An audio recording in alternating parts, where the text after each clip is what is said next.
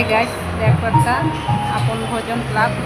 তো এখানে দিনের বেলায় তখন কেউ ছিল না, তো এখানে একটু মণ্ডপটা একটু পরিদর্শন করলাম, তার ডেকোরেশনটা এই যে দেখতেছো। ওই যখন এখান দিয়ে যাচ্ছি একটু দুর্গা মতো একটু প্রণাম করে যাই, তো আর একটু এখানে একটু যে সাজসজ্জাগুলি দেখাই করছে আমাদেরকে। এই যে দেখো সিম্পলের মধ্যে খুব সুন্দর হয়েছে পাতা, দেখো সব গাছের পাতা, বৃষ্টি হয়েছে সকালে, যার কারণে অনেক পাতাও পড়ছে পরে সাজাইছে। সিম্পলের মধ্যে সুন্দর হয়েছে সাজটা।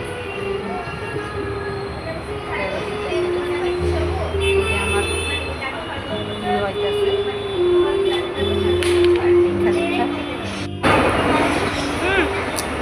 এগুলো দেখতেছে ঘুরা ঘুরে। এটা দিনের বেলা আমরা পূজা মণ্ডপে গেছি, কেউ ছিল না তখন। তোমার মাকে দেখানো খুব সুন্দর মাঠ,